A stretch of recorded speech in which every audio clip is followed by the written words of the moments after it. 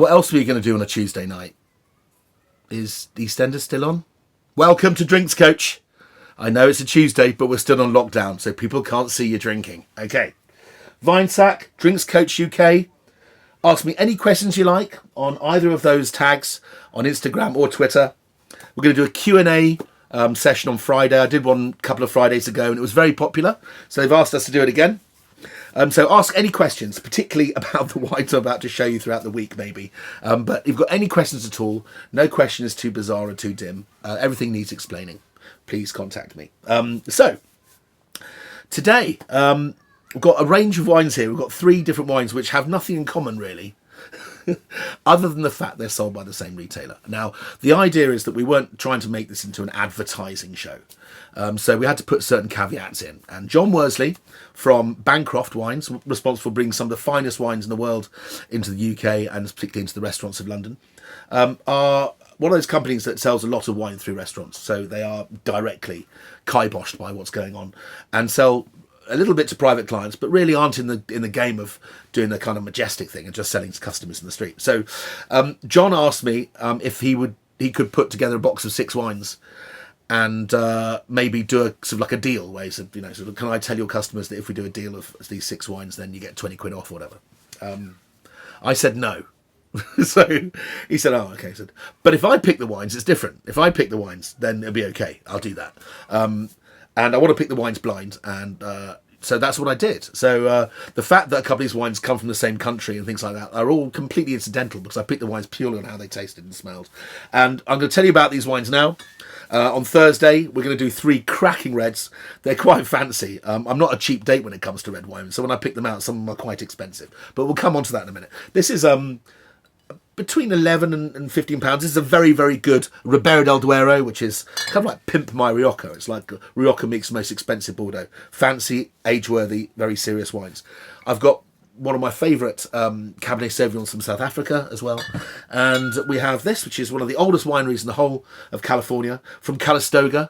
One of my lovely friends, Paul Rankin, famous Michelin-starred chef, started cooking and waiting in the Calistoga Inn. And this is a winery that even in America was established back in 1882. So we'll taste those on Thursday. But without further ado, because we've only got about 7 minutes, but we've got 3 wines to talk about, let's talk about these wines. And then you'll see what you get in the case. And then I'll tell you a bit about the deal. So, we have a South African Riesling. Well, we've just done a little kind of 101, an introduction to Riesling last week. And I wouldn't have really picked a South African one because there aren't that many famous South African Rieslings.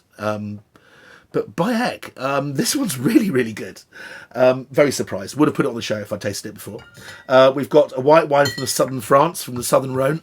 Côtes du Rhône, one of the most popular wines on earth. Most people just think, oh, do they make a white? Yes, they do. And I drink a lot of Côtes du Rhône white. One of the most versatile white wines in France. Capable of a bit of aging. Very grand and majestic on the table at dinner or lunch. It always punches above its weight, in my opinion. And particularly this one, which I'll come on to. And at the end, we've got one of the great Chardonnays of South Africa. Thereby being one of the great Chardonnays of the New World. Thereby being one of the great Chardonnays of the world, I suppose. Pound for pound, if we're talking about South African exchange rates, it's £25, and it tastes like any Australian 50-pounder, any French Burgundy that costs £50. I swear to you, and we'll come on to that in a minute. So, without further ado, first one. Just keeping an eye on the time because this could run away with it. This wine would probably retail for about £10, maybe a little bit more, which is amazing value, really, because this is fine wine, in my opinion. Hartenberg is an estate in South Africa, in Stellenbosch. You wouldn't believe it, but this winery was founded in the 1690s. That's right. South Africa's been making wine a hell of a lot longer than Australia has. And people, I think, are surprised by that.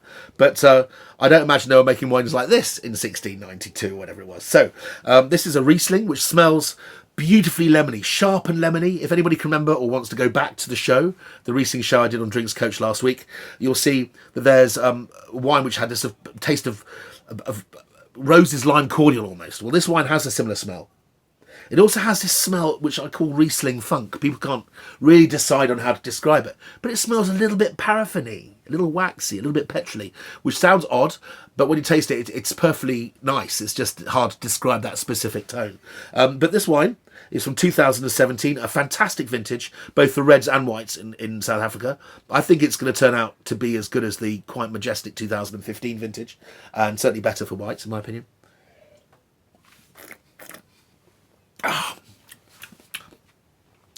Oh, it's so refreshing.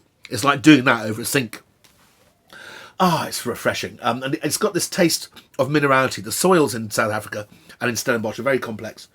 And here we've got a real sense of granite and minerality in the mouth. Really lovely. Punchy, bone dry, lip smackingly delicious. And it's supposed to be made to drink with, I don't know, barbecued shrimp, that kind of thing. Be lovely.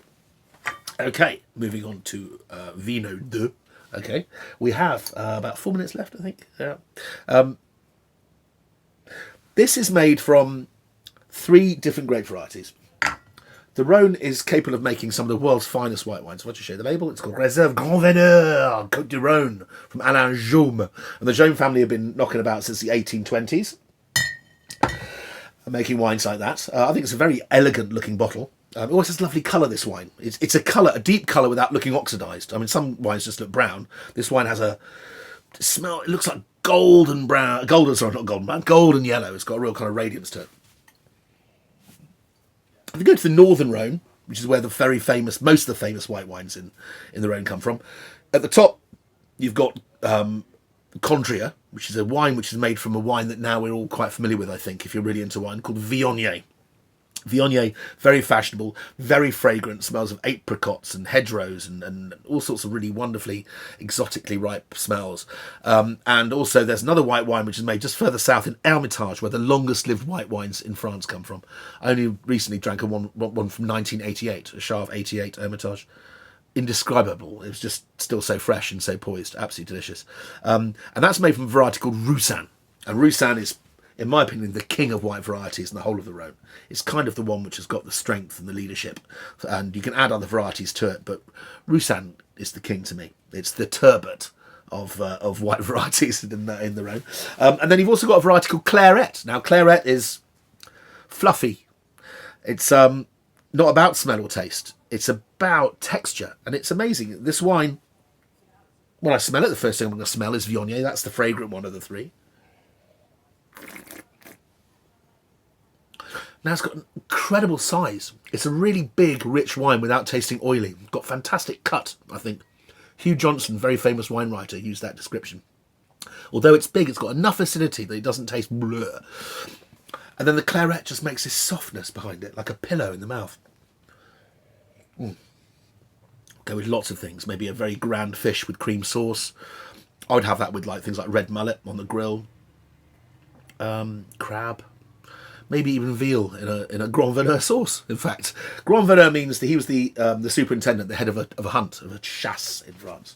That's where the name comes from. Quite grand. Anyway, we've only got about a minute and a half left. So, I'll bring you on to the king of the 3. This is made by a very colourful, very entertaining gentleman. He's fantastic company, called Kevin Grant. And Kevin Grant has a winery in a place called Hemelanada, 2 hours drive out of South Africa, going southeast over St Mary's Pass through Elgin. And Elgin and Hemelanada are really the areas which have now been established as world-class Chardonnay growing areas. And they make wine as good as anywhere else in the world, and I mean that. I will drink some Chardonnays of this quality over the most expensive Burgundies up to a point. I mean, this is £25 in South Africa, which doesn't buy you a bottle of Meursault. You can buy rubbish Meursault for £25, but what's the point? But here you've got a wine that tastes like a £60 or £70 Burgundy. It's called Ataraxia. Ataraxia is the phrase which describes a carefree bliss. Apparently demigods and gods in Greek times, when they drank ambrosia, went into a state of ataraxia. And ataraxia is, I don't really know why he's called ataraxia, but I hope that he's saying when you drink the wine, you forget about everything else because you're immersed in the deliciousness of the wine. Well, these powerful Chardonnays, this is 2018, and I certainly wouldn't be drinking a 2018 Chardonnay from Burgundy now. So what I should be doing here is putting this in a decanter and leaving it for about half an hour. So decant your young, powerful Chardonnays, whether from Australia, New Zealand, South Africa, California. I decant them. And that's true about Burgundy. Well, with Burgundy, I'm kind of a little bit more venerable. I wait for them to get ready. But this is a beautiful wine. some 2018, which was a phenomenal drought. It was a hot year, very dry. So this wine has enormous concentration, and it's not quite settled down yet. The 2017 was dreamy, just elegant and soft, but this has still got a little bit of adolescent anger about it. It needs to calm down a bit, but it's incredible wine. If you like big, powerful Chardonnays, but that aren't flabby, but have a beautiful poise, he's your man. Quite delicious. Ataraxia Chardonnay from Hemel. So these are the 3 white wines in my case. There'll be 3 red wines. Together the case is going to cost 140 quid. But you get £20 off and free delivery, so it's 120. If you buy 12, so it's double, so that's 280, we'll knock 50 quid off because it's the same delivery. So there, we'll have details in the downstairs chat. Do ask me questions about Friday, and just enjoy the rest of the week. Tomorrow, I think we're doing some sparkling. Cheers.